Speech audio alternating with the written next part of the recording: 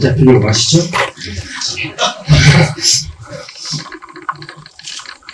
와, 네. 와, 혜성이다. 네, 안녕하세요. 유태영입니다. 밖에서 잠깐 얘기를 나눠보는데, 오늘 그래도 짧게 한국에 처음에 오셨을 때 GV를 한 번 정도 했었을 거라고 생각을 했었거든요. 패스 라이브도 GV를 한 번도 하신 적이 없어요. 그 일정이 허락하지 않아서 여러분께서는 오늘 이토 배우님의 패스 라이브 첫 GV 귀한 자리에 함께 하신 2년의 지금 주인공이 되셨습니다. 지금 일단 늦었지만 영국 아카데미 후보님 축하드립니다. 고맙습니다. 그리고 미국 아카데미 시상식을 잘 즐기고 오신 건가요? 그 시상식 다녀오신 소감 짧게 여쭤봐도 될까요? 어떠셨어요? 네, 일단은 저희 같은 경우 이제 저의 제작사와 감독님 뭐 어떤 기대를 갖고 가시는지 잘 모르겠지만 저는 그냥 관람하러 참석했고요. 너무 재밌었고 제가 그냥 이런 생각 들더라고요. 일단은 뭔가 여기 있는 그 커뮤니티가 있잖아요. 그 커뮤니티에서 그냥 한 사람이 되기 위해서 그냥 착한 후배로서 어떻게 보면 열심히 인사드리고 축하 행사를 많이 드리고 뭐 연기에 관한 얘기도 조금씩 하고 그런 식으로 좀 많은 유명한 분들하고 제가 10년, 20년 전부터 보고 자랐던 분들한테 인사를 많이 드리고 있어요. 그때 인사를 나누는 배우 감독님 중에서도 가장 좀 이게 리얼인가? 크리스토퍼 놀린 감독님하고 킬리안 머피죠. 네. 제가 그 영국 밥스타 때 영국 아카데미 때 시상식 시작하기 전에 레드카펫에서 인터뷰를 하잖아요. 짧게. 근데 우리 작품이 아니고 다른 영화나 성인을 좀 탔으면 하는 작품이 어떤 거냐 이렇게 누가 어떤 한 리포터분이 물었거든요. 그래서 전 무조건 킬리안 머피하고 오픈하면서는 좋겠다. 왜냐면 저는 킬리안 머피의 연기를 20년 전부터 너무 좋아했었던 연기였었고 그런 연기의 학생이다 그런 표현을 했어요. 바로 2시간 뒤에 손 타고 그러니까 가서 즐겁게 인사를 드리고 또 선배로서 진짜 저는 하나도 기대 안 했고 받았으면 열심히했었으면 좋겠다 인터뷰를 했더니 저를 포옹해 주시더라고요. 포옹해주고 크리스토퍼 놀린 감독님 만났냐고 제가 못 만났고 내가 소개시켜줄까 이렇게 하더라고요. 그래서 제 손을 잡고 감독님 직접 소개시켜줬어요.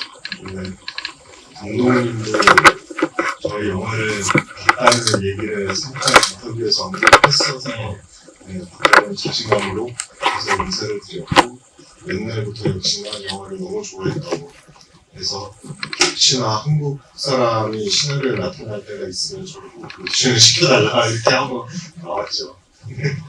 네, 아마 그 크리스토퍼 놀란 감독의 패스 라이브즈를 되게 좋게 봤다고 평한 인터뷰를 아마 많이 보셨을 거예요.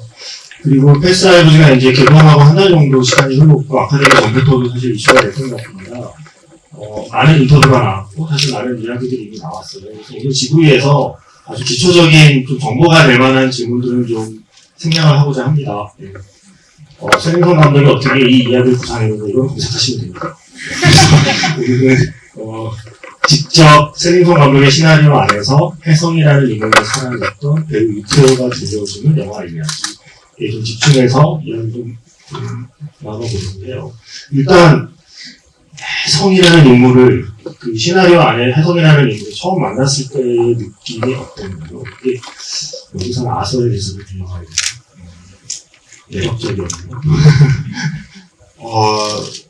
사실 처음에는 제가 맡아야 될 캐릭터라기보다는 이 스토리의 징계, 기승전결과 마지막 여운이 있나 없나라는 포커스를 두고 제가 집중하면서 읽었거든요. 일단은 제가 그 당시에는 시나리오 하게 된다면 제가 꼭 그러니까 감독님의 목소리를 먼저 찾아요. 감독님이 하고 싶은 말이 무엇인가, 이 영화를 통해서 그 안에서 제가 좋은 악기가 될 수 있을 것인가, 그거를 찾는 거죠. 그래서 스토리 일단 너무 시나리오만 봐도 시나리오 읽고 울기는 되게 힘들거든요. 근데 저는 이 시나리오를 읽고 마지막 장면에 울었거든요. 그리고 나서 주변 분들 이제 몇 분들한테 시나리오를 보여줬지만 너무 생각하기 너무 느긋하지 않아? 뭔가 이렇게 캐릭터가 아싸나 아영이보다는 뭔가 안 보인다고 그런 얘기를 많이 했었어요. 실제로 책으로 보면 뭔가 이렇게 안 보이더라고요. 그러니까 뭘 해야 좀 뭔가 더 여운이나 깊은 소울이라고 할까요? 그러니까 뭘 더 보여주고 어떤 숙제를 더 해가야 뭔가 더 강하다고도 좀 표현하는데, 뭔가 좀 이렇게 여운이 남는 연기를 할 수 있느냐라는 고민을 많이 했죠, 일단은. 그리고 두 번째는, 제 그 언어라는 그 장벽 때문에 항상 고민하는 제 커리어인데요. 네, 많이 열심히 준비해가지고, 대신 우리나라 관객들 봤을 때는 어느 이 정도면 다른 건 부족할 수는 있겠지만, 감정 전달도 되지만, 이런 반응 나올 수는 있겠지만, 제가 제 부족한 것도 알고 있습니다. 구시발 감독님이 토종인 한국 배우를 캐스팅을 안 했었고, 저를 왜 캐스팅했는지 전혀 몰랐거든요. 그래서 그때 좀 이상했어요. 그런데 웃지는 않았어요. 왜냐면 제 환상이 안 깨지길 바랄 것 같아서 웃겠지 하면서 열심히 한 거니까. 그 안에서는 이제 감정 전달과 두 번째 언어 구성을 할 때 국내 영화 아닌 미국 영화에서 미국 사람들 한국어를 바라봤을 때 한국말, 그러니까 한국말의 멜로디를 들었을 때 그냥 토종인 한국분이 아니신, 제가 했을 때 로맨스 장르 안에서 동양인으로서 주인공으로 받아들일 수 있나 없나에 관한 그 어휘력 구성을 엄청 고민을 많이 한 것 같아요. 왜냐, 한국말을 하거나 한국말 못하는 영어로 액센트를 구성을 하면 우스꽝스럽게 들릴 수가 있거든요. 그래서 이렇게 인터뷰에서 중경사님 얘기를 하셨어요. 네, 왜냐면 중경사님도 봤을 때 우리가 광동어나 홍콩이나 중국어를 못 알아들었을 때 자막 읽으면서 내용 전달은 되잖아요. 그런데 그런 언어가 막상 시처럼 들리는 거예요. 멜로디처럼 들리고 되게 아름다운 거예요. 특히 양조위나 네. 또 장국영이 하는 언어는 좀 다른 느낌으로 다가오죠. 네, 그렇죠. 그래서 저는 항상 제 머릿속에서 이쪽도 만족시켜야 되고 이쪽도 만족시켜야 되고, 그 안에서 타겟점이 무엇인가, 이 언어에 관한 구성이, 그리고 잔잔하게 감정 전달까지 신경 쓰면서 현장에서 어떻게 해야 될 것인가 이런 고민을 엄청 많이 하고 준비하고 있는 거죠. 지금 말씀을 들으니까 약간 영화 속에 아영이가 했던 대사인데, 나무 두 그루를 하나의 항아리에 심는 것 같은 것 같아요. 배우와 캐릭터가 이태원이라는 인물과 혜성이라는 인물이 하나의 항아리에서 서로의 뿌리를 잡아가는 과정이 결국 연기를 준비하고 영화를 찍는 과정이 아니었을까 좀 추측을 하게 되네요. 그리고 제가 사실 이 영화 보면서 혼자 되게 반가웠던 게, 로그인 매중이라는 영화 연출하신 것을 아시죠? 모르시는 분. 네. 유태호 배우가 감독으로 영화를 만들었다는 걸 모르시는 분. 아시는 분. 꼭 진짜요? 하면 안 되죠. 그런가요? 네. 유명하다. 제가 로그인 매중을 최근에 다시 보면서 처음이나 다시 볼 때나 가장 기억에 남는 장면은 그거거든요. 벽에 비친 그림자와 대화를 나누면서 나는 아직도 그죠? 딱 이랬죠? 멜랑콜리를 표현하는 디지털 영화를 찾고 있어라고 이야기를 하셨었잖아요. 그렇죠. 네, 그래서 멜랑콜리라면 슬픔과 아름다움을 같이 갖고 있는 영화, 예를 들면 중경산림이나 아니면 접속 같은 영화, 이제 그런 이야기를 하셨던 대목이 나와요. 네, 제가 제 그림자랑 네. 제 과거의 그래서 패스라이브를 보고 들어오신 거예요? 그냥 연출제가? 조금 내 민낯을 들어가는 기분인데 근데 제가 패스라이브가 딱 끝났을 때 혼자 어떤 생각을 했냐면 그 멜랑콜리를 표현하는 영화 찾았구나. 그런데 심지어 디지털이 아니라 필름으로 찍은 영화를 찾았구나. 네. 얼마나 좋았을까라는 생각을 혼자 했거든요. 어떠셨어요? 지금 시대에 정말 필름으로 촬영하는 영화, 그리고 제가 보기엔 충분히 멜랑콜리를 표현하는 영화의 주인공이 되어서 그 촬영 현장에 있었던 기분은 어떤가요? 진짜 행복했죠.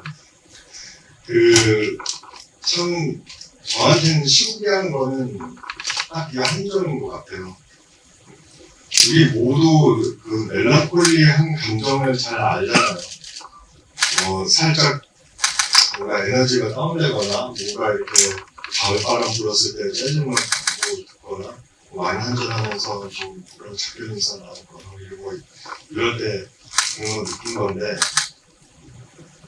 그거를 표현하면서 보여주는 것만으로도 타인을 느끼게끔 하는 거는 쉬운 건 아니거든요. 주관적인 감정이고 뭔가 잡혀지지 않은 감정이잖아요. 그러니까 멜랑콜리하다라는 근거가 없는데 저는 항상 그거를 어떻게 표현해야 할지를 알고 잘한 것 같아요. 제가 환경 때문에 그런 건지는 잘 모르겠지만 그런 환경 때문에 어렸을 때부터 많이 우울했거든요. 그래서 멜랑콜리한 감정이 사실 솔직히 저한테는 긍정적인 감정이었었거든요. 대부분 대체적으로는 사람들이 다운되면 멜랑콜리하다는데 전 업돼서 멜랑콜리한 감정을 느꼈어요. 그러니까 너무나 저의 한 일부분이라서 너무 좋았고요. 필름으로 찍어서 너무 좋았고 필름 카메라 이렇게 돌아가는 소리 들리거든요. 근데 현장에서 필름으로 천명을 찍었던 사람이 저밖에 없더라고요. 제가 2000년 초반에 학생 단편영화하고 천명화를 필름으로 찍었거든요. 그러니까 모든 조명을 너무 밝게 키면 필름이 타거든요. 그래서 타워가지고 그림이 안 나와요. 그러니까 이렇게 같이 하였던 잡고 모든 엑스트라 분들이랑 또 같이 춤추듯이 그 안무처럼 만들어야 되고 촬영 감독님도 뭘 어떻게 촬영해야 이거 필름이 안 버려지고 왜냐면 한 테이크면 한 3분, 4분 한 씬을 찍고 8분밖에 없거든요, 필름이. 그러면 두 테이크하고 다시 그 롤을 교체해야 돼요. 어마어마한 비용이 들어가는 거죠. 그 긴장도가 너무 행복했어요. 너무 좋았어요. 다 같이 긴장하면서 한 작품을 만들어내는 거구나. 여러분께서는 지금 굉장히 신기한 경험을 하신 거예요. 필름으로 촬영하는 거, 극장에서 보시는 경험은 지금 극장에서 많은 영화를 봐도 쉽게 할 수 있는 경험이 아니거든요. 올해 아카데미 시상식에서 촬영상 받은 촬영 감독께서 약간 위트 있는 얘기를 하셨잖아요. 지금 촬영하신 후배들께 말씀드리는데 필름이라는 신기술이 있습니다. 얘기하면서 필름이라는 신기술이 생각보다 하기가 어렵지 않습니다. 여러분 한번 도전해보세요 라는 그 수상 소감이 기억이 나거든요. 이제는 필름이 예전의 물건이지만 이제는 오히려 약간 그 새로운 기술처럼 받아들여지는 시대에 필름으로 담아낸 어떤 영화의 질감을 여러분은 지금 극장에서 보신 거고요. 일단 그 혜성이 첫 등장하는 신 얘기하기 전에 어린 시절의 그 혜성과 나영의 장면은 그 촬영 현장을 가신 건 아닐 거잖아요. 네.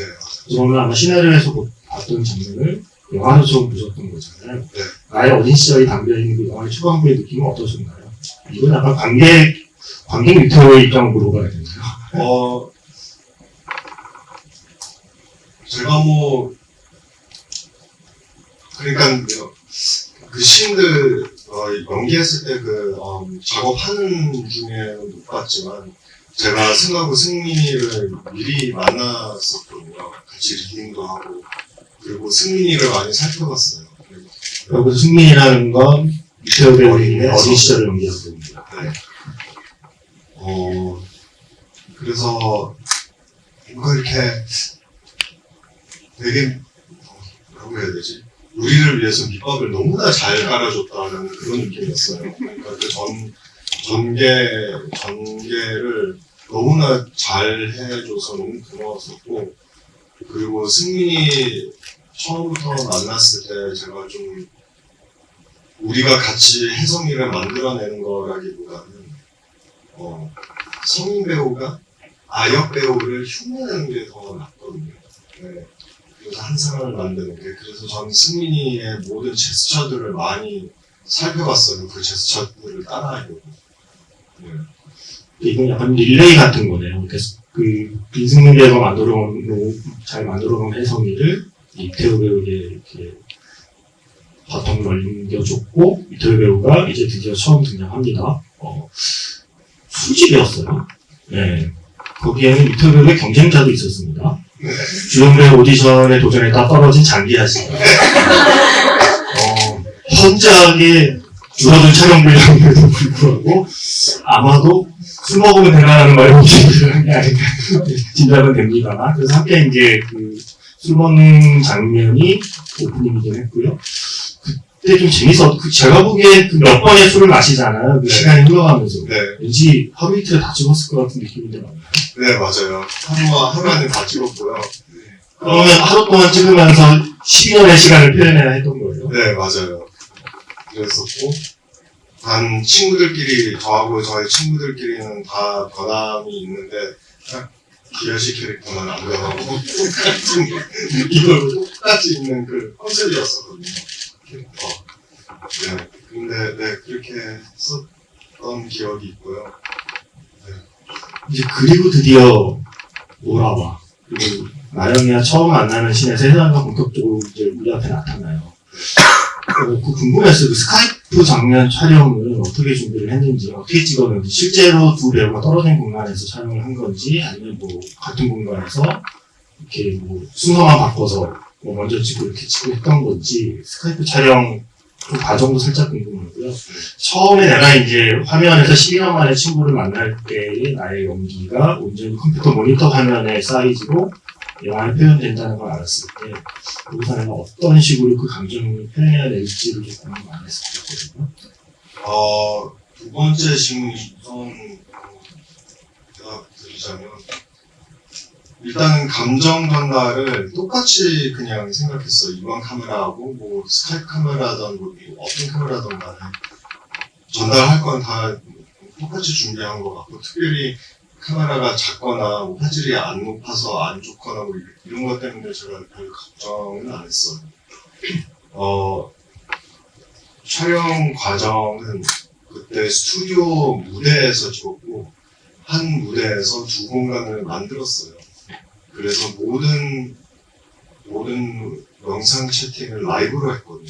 라이브로 찍었고, 그리고 중간에 감독님이 그 연결된 선을 어떻게 뭔가 이렇게 만져서 그 버퍼링이나 좀 느린 거나 뭐 이렇게 연결 안 되거나 그걸 감독님이 다 의도적으로 중간에 버퍼링까지도 촬영 중에 실시간으로. 그래서 언제 뭐가 어떻게 될 건지 우리가 실제로 모르고 긴장해야 되는 만큼 그걸 알고 연기를 해야, 거기에다가 리액션을 넣어야 됐었고 해야 됐었어요.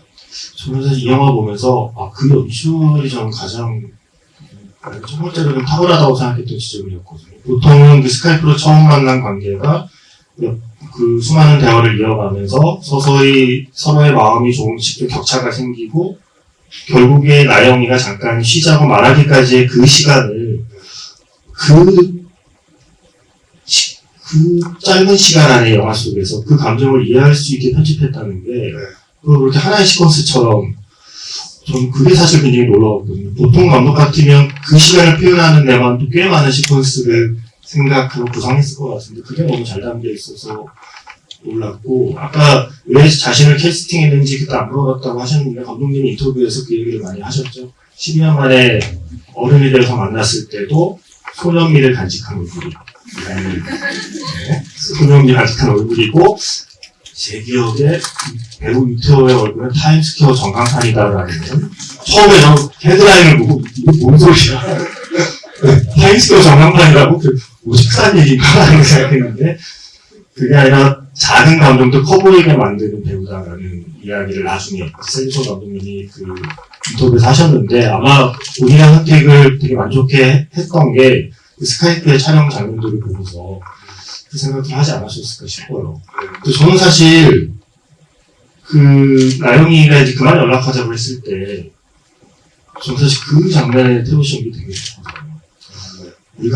우리가 뭐 사귀긴 했냐 그래서 인물 때문에 그때의 감정이 저는 참 좋아서 제가 되게 좋아하는 장면 중에 하나예요.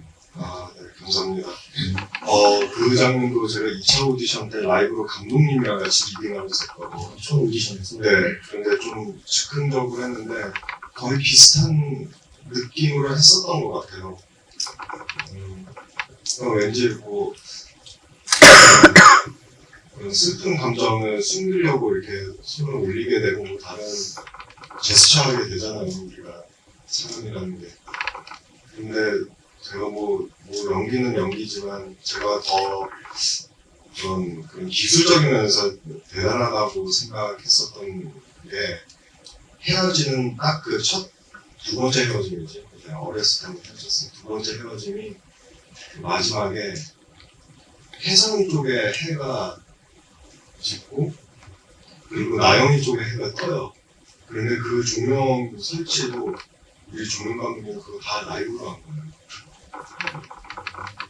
실제 한국과 미국의 시간을 딱 이렇게 맞아 떨어지는 그 현실에서 뭐라고 해야 되지? 환상의 현실, 그 무대에서 이렇게 연기하면서 진짜 그냥 밤이 되는 기분이었었고 그쪽에 낮에 있는 기분이었었고 아침 되는 기분이었었고 그런 기분조차도 연기에 도움이 된 것 같았어요. 그때는. 그리고 이제 드디어 뉴욕으로 갑니다. 이제 드디어 만납니다. 나영이의 표현을 빌리며 어릴 때 기억 속에 있던 아이가 그리고 컴퓨터 속에 이미지로만 존재했던 아이가 이제 그게 피지컬 펄슨으로 이제 처음으로 나영이를 만나는 순간이잖아요. 그 장면이 저는 어쩌면 되게 관객에게도 그러했듯이 배우에게도 되게 중요한 국면이 아니었나 싶어요. 그 장면을 준비하는 게. 제가 언뜻 감독님 인터뷰 보니까 그 장면에서 일부러 좀 의상도 배우가 좀 불편할 만한 의상을 입히고 감독님의 표현으로는 우리가 좀 잔인했다. 그렇게 오랜 세월이 지나서 나영이를 만나는데 보통 좀 멋있게 차려입고 갈 법도 한데 우리가 그런 옷을 입히고 나갔다는 감독님이 약간 미안해하듯이 인터뷰를 하더라고요. 그래서 그 장면을 좀 준비하는 과정을 좀 얘기를 좀 듣고 싶었어요. 네.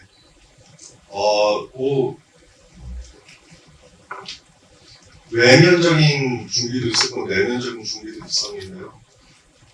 외면적으로 말하자면 감독님이 좀 메소드적인 연기를 그 환경을 만들어준 것 같아요. 왜냐면 그레타라는 배우가 리허설을 할 때 절대적으로 스킨십이 없어야 된다. 금지.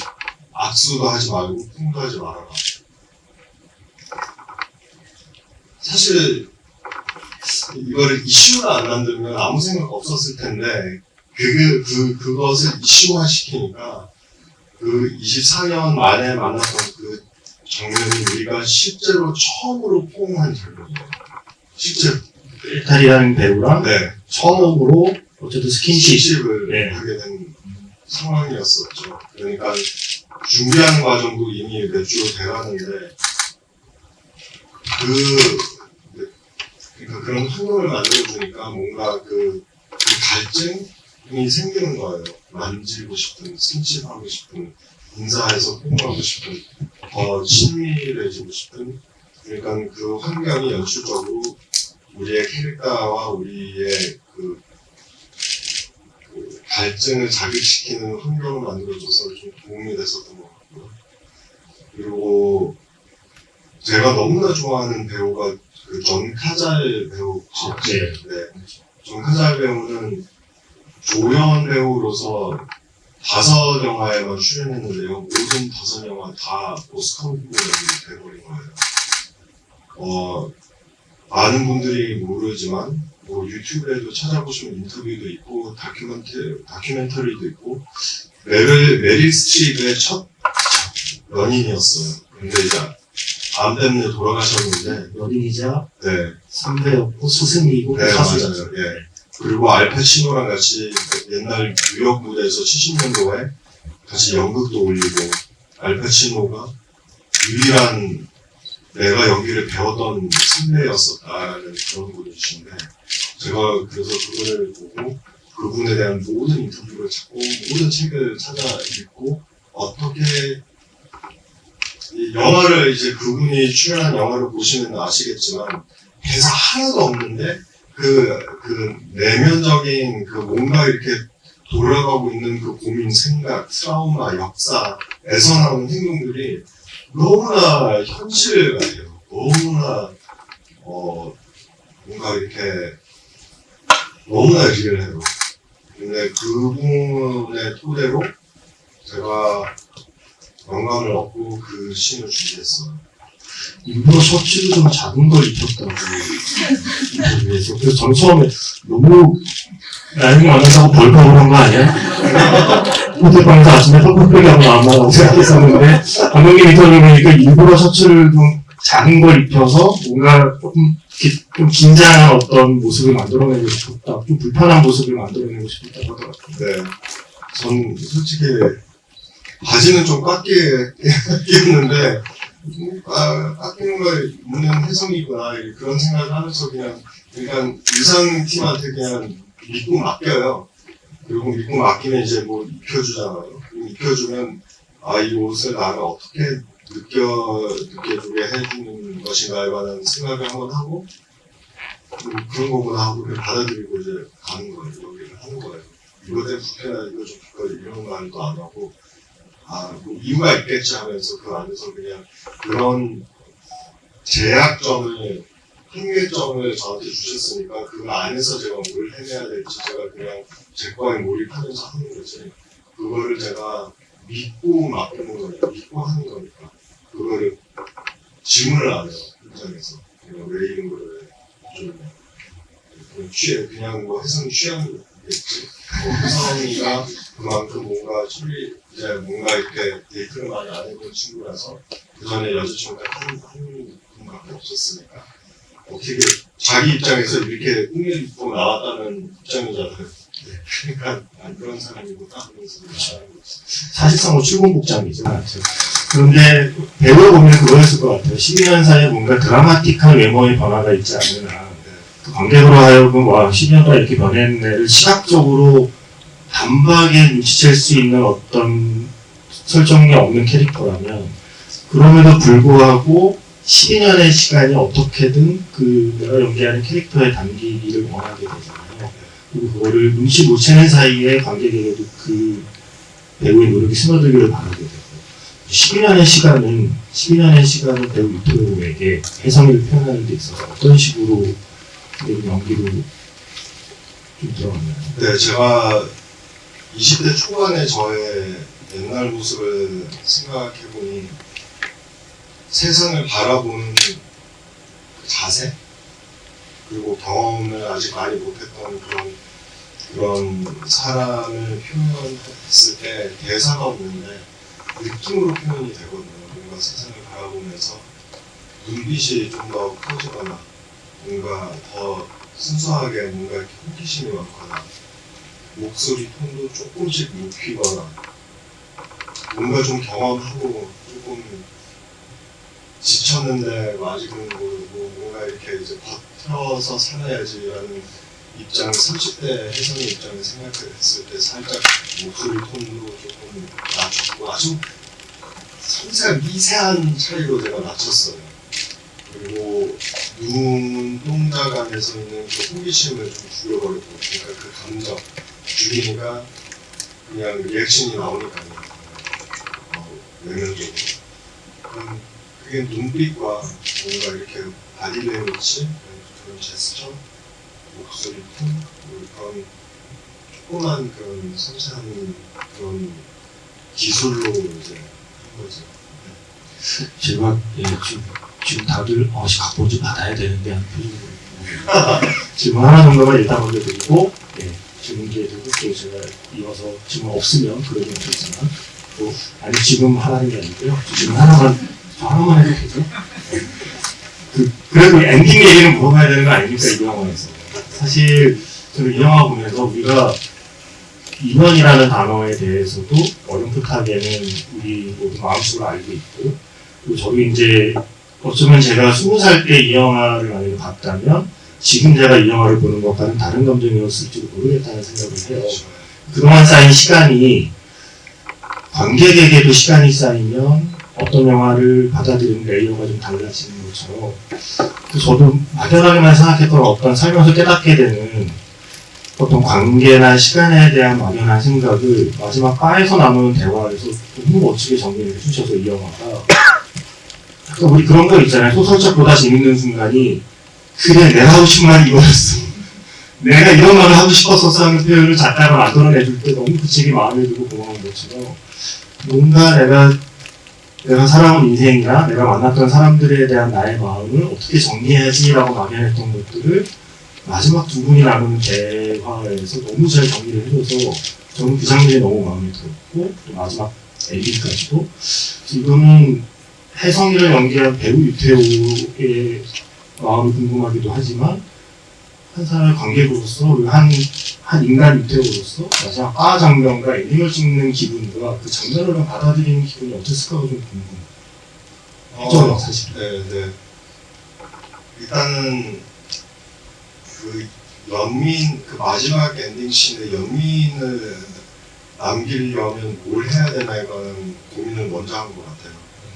이 안에서 조금이라도 짜증이나 아쉬움이나 서러움이나 우리가 흔히 생각하는 그런 부정적인 감정들이 있잖아요. 그거를 표현하지 않고 모든 내용을 그래도 그 슬픈 아픔이 그 작별 인사의 아픔이 이미 깔아 있으니까 다 좀 더 긍정적으로 표현해야 되겠다는 생각을 먼저 그 결단을 내렸어요. 그러니까 엄청 드라이하게 뭔가 살짝 미소를 근데 그거를 하려면 그리고 솔직하게 진솔하게 그 감정이 나오려면 거짓말하면 안 되잖아요. 그러니까 인연이라는 말의 맥락 속에서 인연이라는 철학을 오로지 받아들이고 소화시켜야 되겠구나라는 생각을 했어요. 우리가 뭐 인연이 아니다 이렇게 얘기를 하지만 뭐 왜 이렇게 뭐 누가 만나면 일할 때도 뭐 추운 사이라고 하는데 그냥 습관으로 배인 그냥 말로 그 습관을 쓰는 거죠. 이렇게 만난 것도 인연인데. 네, 이렇게 만난 것도 인연인데라는 말을 철학적으로 믿느냐 안 믿느냐에 관한 문제거든요. 그러니까 종교적인 문제예요. 그게 종교 릴리전이라는 말이 아니고요. 종교라는 것이 스피리추얼한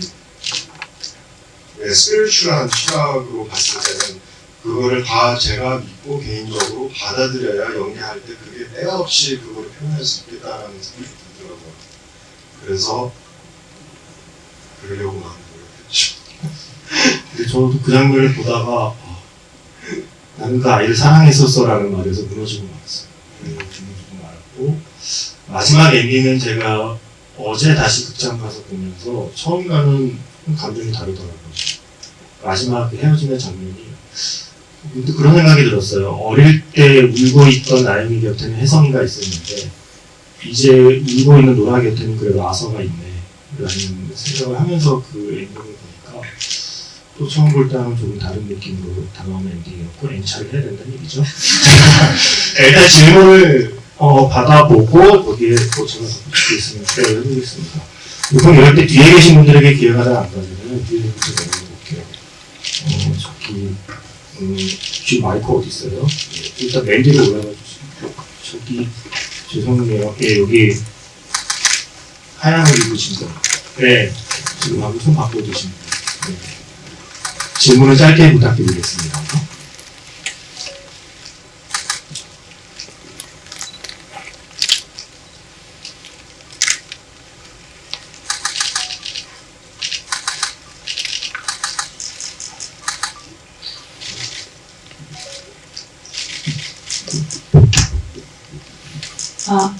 안녕하세요. 아까 전에 인연이라는 게 약간 스피리추얼한 거라고 얘기를 하셨었는데, 저는 조금 궁금했었거든요. 그 배우가 봤던 혜성이가 굳이 12년이라는 세월이 흘러서 이제 노라를 보러 갔던 거는 그냥 인연을 찾아서였던 걸까? 안 그러면 뭔가 감정적인 정리를 하고 싶었던 거였을까?에 대해서 어떤 생각을 가지시고 연기를 임하셨는지 조금 궁금합니다. 네, 그게 이제 해석에 관련된 건데요. 저는 해석 입장에서는 그냥 그 마지막 질문에 답을 못 얻어서 뭔가 마무리 짓는 호기심으로 마지막 호기심으로 가는 그런 이유가였었던 거예요. 그 이후에 이제 인연 얘기가 나오지만 그 전에는 그냥 이거 뭔가 이만큼만이라도 찬스가 있느냐 없느냐에 관련된 그 질문을 그냥 시원하게 하고 답을 시원하게 얻고 마무리 지으려고 하는 그런 마음으로 가는 해석이었어요. 근데 질문하시는 분도 발음이 좋으시네요. 자, 또 질문 있으시고, 우리 그래도 유태호 배우님이 영화를 만들고 관객을 만나잖아요. 그래서 관객 앞에서의 대화를 지금까지는 했지만 관객과의 대화잖아요. 원래 행사가. 궁금해하실 것 같아요. 그래도 여러분들이 이 영화를 보고 길게 얘기하는 리뷰를 하면 안 되니까요. 적어도 어떤 장면 정도는 나 마음에 들었다. 한 장면 정도는 어떤 순간, 짧게 어떤 순간 정도가 나 마음에 들었다. 한 문장 정도로 말씀 먼저 해주시고 질문해 주시면 배우님도 뭔가 얻어가는 게 있지 않을까요? 자, 손 들어주시면 네. 거기 바로 앞에 있는 분 기회 드리고 그 다음에 이제 넘어갈게요. 네. 바로 질문하시면 바로 앞에 있는 분 드리고 그 다음에 앞쪽으로 이렇게 돌아 올라가겠습니다. 저는 일단은 노라랑 혜성이가 택시 기다리면서 서로 눈을 길게 맞추는 장면이 되게 인상 깊었고, 이게 아쉬움의 감정인지 아니면 서로 관계를 정리하는 감정인지 그런 게 궁금했어서 혜성이가 그때 어떤 감정을 가지고 있다 생각하고 배우님께서 연기하셨는지 궁금합니다.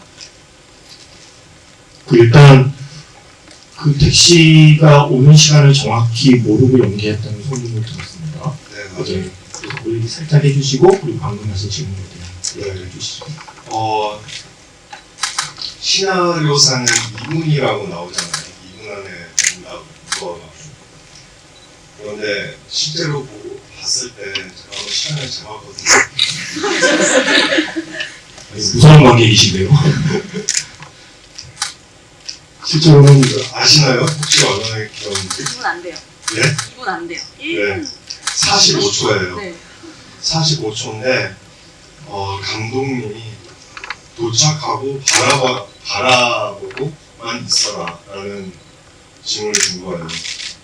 그리고 느낌이 오면 내가 큐를 줄 테니까 택시가 와서 알고 있으면 안 된다. 그냥 리액션을 하라. 또 현실감 있게. 도착했는데 이렇게 도착하고 45각도로 자연스럽게 이렇게 돌아가는 게 얼마나 했는지 혹시 모르실 거예요. 그러니까 그 안에서 그 모티베이션, 이유가 내공적으로 어떤 이유로서 이렇게 갔다가 이렇게 잡고 이렇게 바라보고 완전히 바라볼 때까지는 모든 감정들이 관계로 섞여 있었던 것 같아요. 이제 지금 대답을 해드리자면 아쉬움도 있고 슬픔도 있고 너무나 사랑하고 너무나 통화하고 싶고 키스까지 하고 싶은데 그 상황 때문에 그것도 안 되고 그래서 거기에 남은 그러니까 아쉬움이라는 단어가 너무 그 감정이 너무 약할 정도로 서글픔과 서러움과 그래도 다시 만날 수 있는 그 믿음과 함께 긍정성 그냥 복합적으로 다 표현하려고 했는데 성공이 되는지 잘 모르겠지만 근데 복잡한 것 같아요. 그냥 짧게 말하자면 복잡했어요. 그 영화를 보는 우리들은 영화 속의 감정만 보면 되지만 연기하는 배우는 기술적인 것까지 신경 쓰면서 연기를 해야 되는 게 영화라는 매체니까요. 그 얘기를 앞에서 해주신 거고 사실 여러분은 지금 놀라운 사랑 영화를 보신 거예요. 손 한 번 잡지 않고 끝나는 영화입니다. 만날 때 허가 한 번, 헤어질 때 허가 한 번이 전부예요. 손 잡은 건 아역배우들만 잡았지. 둘은 다시 만나서 그 버스였나요? 그래요? 문제요? 아, 지하철. 지하철. 네, 그쵸. 서버에, 예. 지역 서버에. 예, 거기서에서도 손 한 번 닿지 않게 서로 신경 쓰다가 헤어진 사랑 이야기의 인식이 이렇게 마음이 무너지게 됩니다. DVD에 추가로 참고로 DVD에 그 딜리드 씬이 있어요. 그러니까 편집된 씬이 있는데 거기 조금 더 치밀한 한 순간이 있어요. 하지만 안 돼. 기기까지 하는 얘기인데요. 그런데 그 마지막 씬도 이제 더불어 한 말씀 더 드리자면 딱 야 불렀을 때 뒤돌아서 다시 어린 혜성과 나영이한테 돌아가잖아요. 근데 실제로 헤어졌을 때 낮이었는데 그 교차 편집안에서 밤이었었거든요. 상징적으로 그게 24년 동안 어린 혜성과 나영이 이 순간까지 기다렸다는 그 상징이었어요. 어두운 데서 기다려서 그 작별 인사하려고. 그리고 처음에 카메라 세팅했을 때 여기서 이리로 갈 것이냐 여기서 절로 갈 것이냐 이렇게 물어봤대요. 촬영 감독이. 우리는 뭐 CG도 없고 뭐 다른 거 없으니까 뭐 특별히 이 뉴욕 새벽 4시에 이 씬을 여기서 지금 한 몇 시간 안에 찍어야 되는데 정말 단순한 연출법으로 과거와 미래를 표현한 거예요. 그러니까 왼쪽에서 오른쪽으로 가는 게 미래고 오른쪽에서 왼쪽으로 가는 거를 과거로 가는 거잖아요. 우리 읽을 때도 그렇게 읽잖아요, 책을. 그런데 택시가 도착했을 때 저기 오른쪽에서 왼쪽 앞에 서 있고 제가 저를 과거로 보내주는 거고 노라는 다시 자기 미래로 가는 거고 그리고 폭을 받는 거고 편집돼서 제 마지막 장면은 저도 왼쪽에서 오른쪽 역시나 제 미래로 이제 드디어 갈 수 있다는 거죠.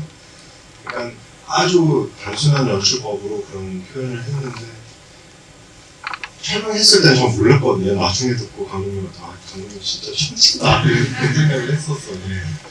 저도 그 인터뷰 보면서 이런 저는 우리가 전생이나 인연이라는 단어를 왜 쓰게 됐을까를 이 영화를 보고서야 좀 생각을 하게 된 것 같아요. 전생이라는 건 나의 전생이 뭘까에 대한 집착을 하기 위한 개념이 아니라 내가 앞으로 나아가기 위해 필요한 개념이더라고요.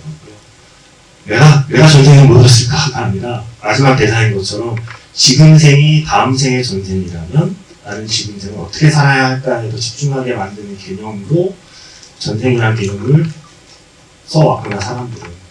내가 지금까지 나와 맺어지지 못한 인연의 후회와 미련으로 살기보다는 내가 앞으로 어떤 인연을 맺고 살게 될까에 대한 기대를 갖고 살아갈 수 있게 만들어낸 개념이구나라는 생각을 이 영화를 보면서 마지막 엔딩을 보면서 저의 어떤 생각을 좀 바꿔준 장면이라서 저에게도 굉장히 좀 인상적인 장면이었습니다. 그리고 제가 그 지난해 그 표현 썼었는데 내 삶을 이야기라고 한다면 내 삶의 플롯을 쓰는 건 내가 손에 쥔 게 아니라 내가 손에서 놓친 것일지도 모르겠다는 생각을 하게 된 거죠. 내가 지금 갖고 있는 것들이 나를 만들었다기보다는 어떤 의미에서는 내가 움켜쥐지 못한 것들이 보이지 않는 곳에서 내 삶의 플롯을 써주고 있었구나라는 생각까지도 하게 만드는 굉장히 좀 다층적인 엔딩으로 저렇게 생각하고 있습니다. 또 질문 있으신 분 조금 앞쪽으로 내려볼게요. 네. 그 핸드폰 들고 계신 분까지 하고 조금 앞으로 볼게요. 그 영화 너무 재밌게 잘 봤는데 마지막에 우걸 기다리면서 둘이 눈 맞추던 장면이 가장 인상 깊었습니다. 그리고 질문하고 싶었던 건 마지막에 노라는 울면서 남편한테 안기는데 혜성이의 뭔가 리액션, 택시하는 모습 같은 건 안 잡히는데 어떤 생각을 하면서 혜성이라는 캐릭터는 뉴욕을 떠났을지 한국으로 다시 돌아갔을지가 궁금합니다. 아마 마지막 뉴욕을 떠나는 시점의 차 안의 모습은 영화의 끝에 우리가 보았던 걸로 기억을 하고요. 아마 그 앞부분 엔딩에서 택시 타고 노라는 보이지만 혜성이는 우리 그 시간에 혜성이는 우리 보지 못했거든요. 네. 뭐 했나요, 혜성이는? 혜성이도 울었나요? 그냥 보지는 않았어요. 네. 그냥 제 입장에선 그때도 연기했을 때 뒤에 그 아스 그러니까 존 마가로 배우님이 서 계신 거를 모르고 그냥 연기했었거든요. 네. 그러니까 연기하면서 그런 마무리 짓는 이후에 느끼는 그 공허함만 느끼고 그냥 간 것 같아요. 네. 또 질문 있으신 분, 여기, 예, 제일 앞에 계신 분이 아까부터 손 드셔서 이분 드리고 이제 이렇게 올라갈게요. 예, 계속 손을 들고 계셔야 기회가 됩니다. 네, 안녕하세요. 오늘로 패스트라이브즈 7회차 관람했는데, 네, 볼 때마다 저는 혜성이랑 나영이가 소울메이트라고 생각이 들어서 꼭 둘이 이렇게 연인이 되고 결혼이 아니더라도 둘이 계속 연락을 했으면 좋겠다 이런 생각으로 계속 봤어요. 근데 저는 그래서 엔딩 장면이 저도 당연히 인상적이지만 그것보다 더 기억에 남는 제 개인적인 장면은 아까 좀 말씀 중에 나왔는데 노라가 우리 잠시 그만 갔으면 좋겠다. 그때 개인적으로 혜성이가 왜 한 번 붙잡지 않았을까. 물론 혜성이가 소심한 면이 분명히 있는 걸 저도 아는데 그래도 타국에 있는 나영이를 이렇게 수십 10년이 넘어서 찾는 걸 보면은 용기 있는 부분도 분명히 있는데 물론 중국에 가야 되니까 바로 못 만나더라도 좀 기다려 달라 아니면 더 용기를 내서 고백을 한다든지 그렇게는 못했나 그러면 끊긴 시간이 없었을 텐데 그때 왜 그랬니, 혜성아? 궁금해하십니다. 짧게 답을 주자면 그냥 너무나 소심해서 그런 것 같아요. 그게 첫 번째고 두 번째는 좀 이제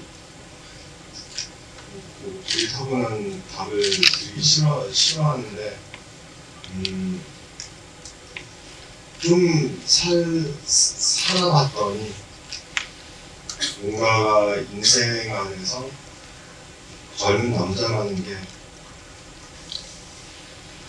어떤 파트너, 이제 여성이든 남성이든 이런 소통을 하면 그 소통 데이터를 갖고 단순하게 받아들이기 때문에 뭐라고 해야 되지? 젊은 남자가 진짜 강아지처럼 다뤄야 돼요. A면 A고 B면 B고 먹으면 B고 그렇다 연애를 못하는 거죠. 그러니까 나를 잡아달라라는 거를 그 소통 안에서 못 알아채는 거예요. 젊은 분들은 저도 어렸을 때 그랬었고 지금도 가끔씩 아직도 힘들긴 하지만 네, 그리고 네, 그런 것 같아요. 그냥 눈치를 못 채는 거죠. 나를 잡아달라는 그 소통 안에서 그냥 헤어지자. 지금 내가 힘드니까 이렇게 단순하게 받아주는 거죠. 경험이 없어서 단순하게 그리고 너무나 소심해서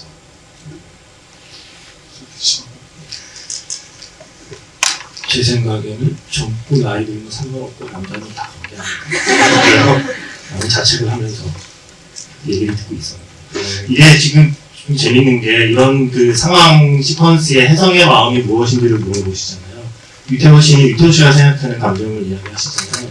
근데 또 각본집을 보면 여기에 저는 각본집이 되게 좀 특이했거든요. 이게 되게 재밌어요. 일반적인 각본집과 좀 달라요. 일반적으로 그러니까 대사에 또 지문이 있는데 지문이 행동을 묘사하는 지문이라기보다는 말장난을 하자면 생각의 지문을 찍어 놓으셨어요. 그러니까 이 상황에서 혜성과 노라의 생각은 무엇인지 감독님이 생각하는 어떤 생각들이 이 각본집에 담겨 있거든요. 나도 각본집을 오늘 질문기니까 제가 팔려고 나온 게 아니고요. 혹시 뭐 질문에 오늘 기회 못 얻어서 각본집을 또 나중에라도 혹시 기회가 되시면 각본집을 보시게 되면 내가 궁금했던 감정에 대한 감독님의 생각이 또 이 각본집에 담겨 있어요. 또 그걸 또 비교해서 보는, 또 거기에 덧붙여서 내가 생각하는 감정까지 더해지면 완벽한 영화 전작이 된다고 생각해요. 자, 또 질문 주신 분, 네. 야, 왜 이래, 갑자기. 여기 앞에서 두 번째 분, 네. 예, 아니, 두 번? 예, 거기 좀 내놔주시고, 예, 두 분쯤. 가운데. 아니면 핸드폰 든 분 옆에 분. 사실 누구 시켜도 상관은 없지만, 내가 왜 이걸 이렇게 고르고 남한테 이렇게 수많은 시선을 받아야 되는 거지? 네. 자, 네, 안녕하세요. 제가 가장 인상 깊었던 장면이 이제 바에서 삼자대면을 했을 텐데요. 그렇게 소심했던 혜성이가 갑자기 자기 속마음을 다 진솔하게 내뱉는 장면에서 좀 의문점이 들었는데, 그렇게 속마음을 내뱉치는 이유가 이 여자가 조금이라도 흔들렸으면 하는 마음인 건지, 아니면은 정말 다 모든 걸 털어내고 마무리를 지으려는 마음에서 그런 행동을 취했었는지가 궁금합니다. 되게 재밌네요. 이게 저도 GV를 많이 진행하는데, 감독님과 GV를 할 때와 배우와 GV를 할 때의 질문들이 완전히 다르네요. 그러니까 배우에게는 어쨌든 우리는 혜성이를 스크린에서 봤지만, 배우인 너는 혜성이로 살았잖아. 너는 알 거 아니야? 혜성이 그때 무슨 마음이었던가 라는 궁금증들을 지금 계속 외면적인 해석은 있는 거죠. 지금 계속 접보고 일단은 전날부터 마무리 지으려고 하는 마음을 먹고 온 거예요, 사실. 그게 언제 터질 건지는 모르고 제가 연기했고요. 이제 혜성 입장에서 모른다 입장을 갖고 연기를 했고요. 그리고 남편을 만나고 나서 이건 이제 그 당일날에 알게 되잖아요. 남편을 만나고. 그냥 이제 그래서 그것도 당황하면서 진짜 괜찮냐고 이렇게 한국인가에서 그게 말이 안 되는 입장이잖아요. 미국에서는 할 수 있잖아요. 그냥 받아들이고 이렇게 가서 따라가는 거고, 나영이 말을 듣고 노라 말을 듣고 따라가면서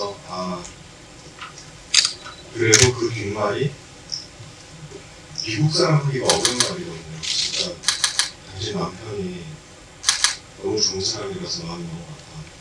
이 얘기가 제가 봤을 때 너무나 한국적인 정서거든요.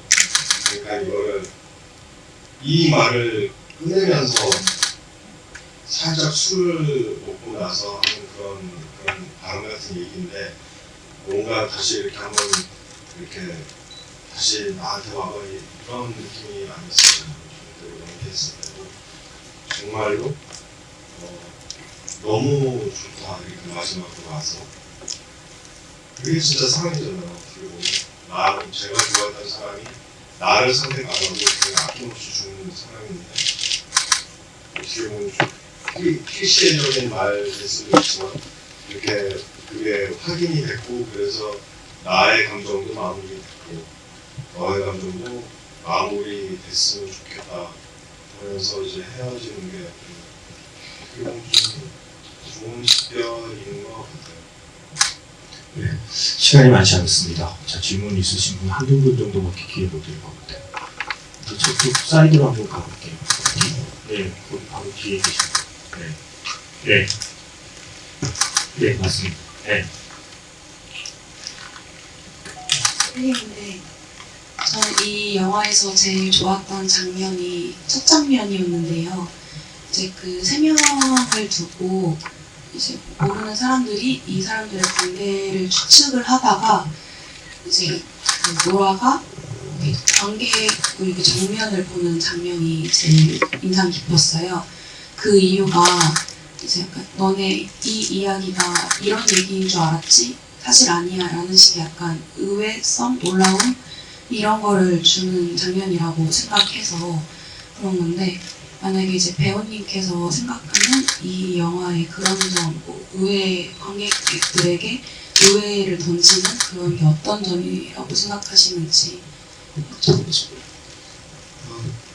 사실 처음에는 아무 생각 없었고요. 감독님의 해석을 들으면서 좀 그렇구나라는 느낌을 받았는데, 그게 감독님이 관객들한테 질문을 던지고 참고하라고 초대하는 그런 입장이 있었던 거예요.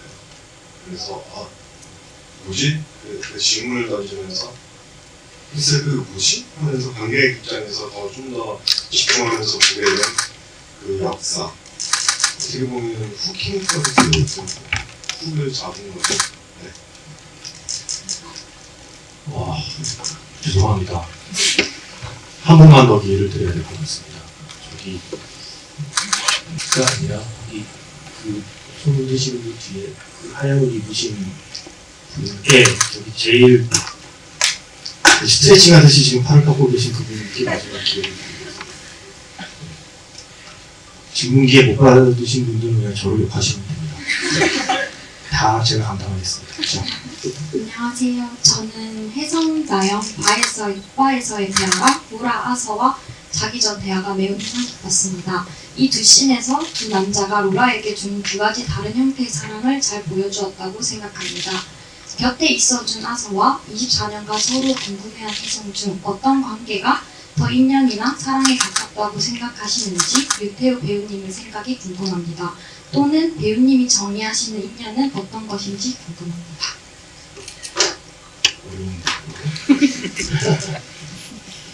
죄송합니다. 너무 읽으셔서 집중이 안 됐는데 첫 번째 질문 정말 미안해요. 읽지 않고 자기 말로 저한테 한번 다시 질문해 주셨어요. 그 곁에 있어준 아서랑 24년간 로라와 혜성은 서로 궁금해했는데 저는 그 두 가지가 모두 사랑일 수도 있고 둘 다 사랑과 인연에 가깝다고 생각했는데 배우 유태우님에게는 그 둘 중에 어떤 게 더 사랑이나 인연에 가깝다고 생각하시는지 궁금합니다. 또는 유태우님이 정의하시는 두 번째 질문 이해했어요. 첫 번째 질문에 집중해야 하는 질문. 사랑과 인연을 경쟁이라고 생각하지 않아요. 그래서 무엇이 더 사랑과 인연에 가깝다라는 말을 하기가 되게 오묘한 것 같아요. 그래서 그건 솔직하게 대답드리기가 좀 힘들어요. 저한테는 제 입장에서는 사랑이라는 게 느끼는 거지 경쟁 누가 더 사랑해 덜 사랑해 증명해 그러면 다른 얘기를 들자면 그런 다른 남자가 없었다면 그냥 단둘이서 아싸하고 노래가 있었다면 그럼 너의 사랑을 나한테 증명해라 하면 어떻게 해야 할 것 같아요. 그러니까 그 내면적으로 느낀다는 그것을 어떻게 더 많다거나 없거나 그런 게 너무 어려운 것 같아요. 물론 혜성이가 온바람에 그러니까 이 두 관계에 홍초를 막 찔러서 내가 여기까지 어디까지 이렇게 들어오면서 그 흔들 것인가 안 흔들 것인가 그러니까 완전히 포옹해서 편하게 만나 그게 너의 권위고 내가 할 뭐 권위가 없다 그 얘기 자체가 너무나 여유롭고 너무나 서로 믿음과 신뢰되는 관계인 것 같아요. 그러니까 그 안에서 이미 12년 동안 결혼 관계하는 그런 게 잘 표현된 것 같아요. 그렇다고 뭔가 인연이 더 깊거나 안 깊거나 그건 잘 모르겠어요. 두 번째 질문으로 넘어가자면 왜냐 인연이라는 게 저희가 개인적으로는 이 영화 이후와 이 영화 전에 제가 제 삶을 사는 방식을 많이 변화시켰어요. 왜냐면 인연이라는 철학을 혜성이를 위해서 소화시키다 보니 제 사생활에도 영향을 끼칠 거 아니에요. 그런데 그 안에서 뭐가 더 깊거나 더 안 깊거나 뭐 이런 것도 없어요. 이렇게 만나서 전생에 더 스쳐 지나간 관계였는지 더 깊은 관계였는지 거기에 인연이라는 퀄리티를 따지는 건 아니잖아요. 인연은 인연이니까 그냥. 그런데 저희 개인적으로는 그 이후에 제가 앞으로 맡을 역할들도 인연으로 생각하게 되더라고요. 그러니까 기술적으로 어떤 역할을 해내기 위해서 제가 저를 설득해서 이력서를 만들고 기술적으로 뭔가를 해서 테크니크를 써서 연기를 표현해야 된다라는 맥락이 그 전에 제가 학교에서 배웠던 맥락이 완전 없어진 거예요. 그러니까 지금부터는 2년이 됐으니까 어떤 다른 삶의 다른 유니버스의 어떤 다른 세계, 어떤 세상에서 이미 그 삶들을 다 살고 있는 저의 모습이 보이는 거예요. 그러니까 이게 왜 스피리추얼한 뜻이냐면 저한테는 솔직히 제가 하는 게 이 미디어가 있어서 연기라는 호칭 불리는 직업이 돼버리는 거지 샤머니즘하고 별반 차이가 없거든요. 어떤 분이 와서 제가 어떤 영혼을 받아서 행위 예술을 하면서 그 영혼이 빔이 돼서 그분을 위해서 어떤 그분의 삶에 대해서 얘기했을 때 하는 행위, 전 보시는 분들의 행위하고 배우가 사회 안에서 모든 사람들의 슬픔과 아픔과 인연과 뭐 작별과 그거를 느껴서 제 캐릭터들이 그걸 다 살았는데 제 캐릭터의 영혼을 갖고 그걸로 표현해서 행위 예술하는 거하고 문화 차이뿐이지 맥락적으로는 차이 하나도 없거든요. 그러니까 제가 좀 요새는 많이 혼란스러워요. 배우로서. 왜냐면 제 운명의 직업이 무엇인가, 제가 이 사회에서 뭘 해야 할 것인가 에 관한 깊은 고민에 빠져 있어요. 누가 좀 열심히 연기는 하고 있지만 역시나 그 슬라이스 이후로 제가 그런 식으로 접근하기 시작했고 그러니까 뭐 예를 들자면 머니게임으로 제가 먼저 우리나라에서 좀 인지도를 얻었잖아요. 뭐 섹시빌런이라는 칭을 주셨고 여러분들이 그러니까 어떤 연기 테크닉을 어떤 기술을 쓰면 제가 거기에 매너리즘으로 기대서 뭘 팔아먹을 수 있는지 저희가 알거든요. 뭐가 섹시해 보이는지 알게 되니까 저한테 재미없는 거예요. 그거를 하면 상업적인 시스템의 맥락에서 섹시하게 팔아먹을 수 있지만 제가 발전은 더 많았거든요.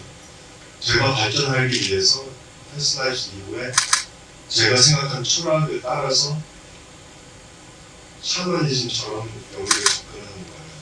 그래서 너무 무서워요, 지금. 사실. 배우로서 너무 무섭고, 이거를 이렇게 국내적으로 얘기하는 것도 되게 문화사를 드러나는 건데, 솔직하게 저 항상 표현을 하고 싶어서 하는 거거든요. 좀 떨리네요. 그런데 이제 뭐, 나중에 관객 여러분들과 뭐, 평론가분들이 저를 판단하겠죠. 도대체 뭘 경험했길래 연기가 그렇게 변했는지 맞는지 틀린지 저는 잘 모르겠어요. 저는 제가 제 생각대로 자기 개발하고 발전해야 되니까 그냥 썩어가는 걸 되기 싫어서 계속 흘러서 그 대처에 따라서 그냥 제 삶을 그냥 흘러간 거예요. 지금 이 상황에서. 아마 그 연기를 보고 우리는 거기서 뭔가 나왔던 게 겁나 섹시한 게 하는 그 상상하면서 얘기를 듣고 있었고요.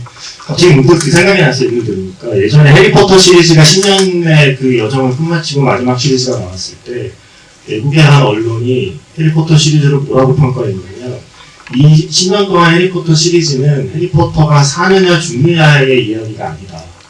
해리포터가 삶과 죽음을 어떻게 바라보게 되었느냐에 대한 이야기입니다. 저는 그 표현이 너무 멋있었다고 생각하거든요. 우리는 그 주인공이 사느냐 죽느냐의 이야기처럼 받아들이지만 사실 그보다 더 큰 이야기였다. 주인공이 삶과 죽음을 어떻게 바라보게 되었는지의 10년간의 관찰사를 관객이 함께했다라는 평가를 하는 걸 보고 제가 약간 비포 시리즈 18년 동안의 시리즈를 보고 느낀 감정과 거의 흡사했었거든요. 패스라이브즈는 그걸 단 한 편 내에서 해냈다고 생각해요. 이거는 주인공 둘이 맺어지느냐 안 맺어지느냐 이 사람을 더 사랑하느냐 이 사람을 더 사랑하느냐의 문제로 처음에는 저도 그렇게 받아들이고 이야기 따라갔지만 지금 생각해보면 이건 결국 영화 속의 주인공이 또 영화를 본 관객이 사랑이라는 것을 삶이라는 것을 관계라는 것을 시간이라는 것을 어떻게 바라보게 되었는지에 대한 이야기라고 생각하게 돼요. 그런 것은 이런 것도 특별하다고 생각이 들고, 영화 속에서 아서가 그러잖아요. 한국어로 잠꼬리하는 노라에게 그게 좀 무섭기도 하다.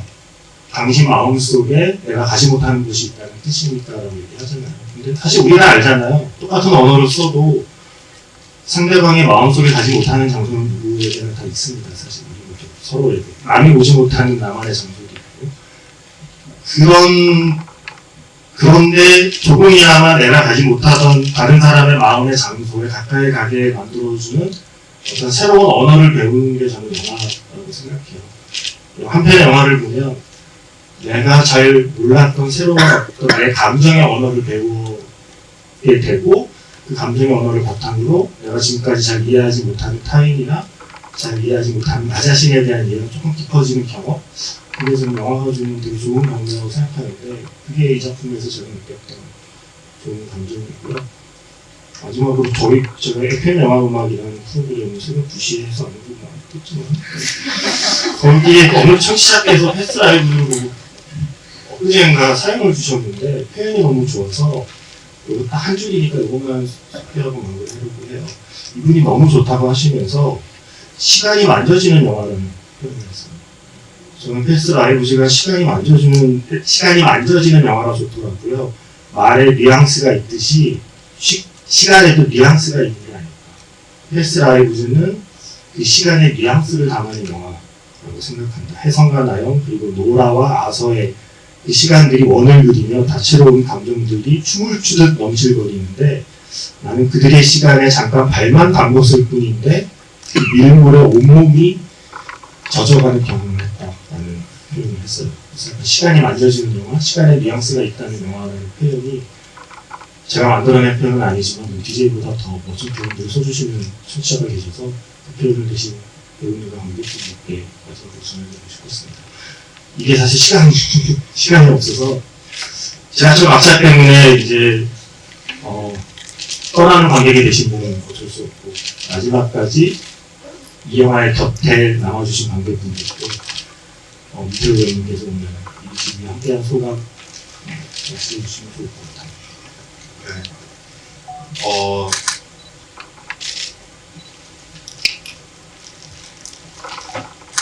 이거로 2년이겠죠. 우리가 3년 전 21년도 여름에 영화를 찍었거든요. 한참 코로나가 제일 핫할 때 찍었고, 어떤 안전 조치를 취하면서 저를 완전히 차단시켜서 이제 걸리면 안 되니까 촬영할 때 그 차단 속에서 그 외로운 감정을 더 많이 느끼게끔 해줘서 뭔가 몸된 것 같기도 하고, 그리고 1년 뒤에 해외에서는, 미국에서는 작년 3월에 개봉했는 5월인가 거의 2년 됐죠. 한국까지 도착했는데, 근데 이 영화 때문에 제가 또 참 다른 인연들이 돼서 해외 작품들을 많이 하게 됐어요.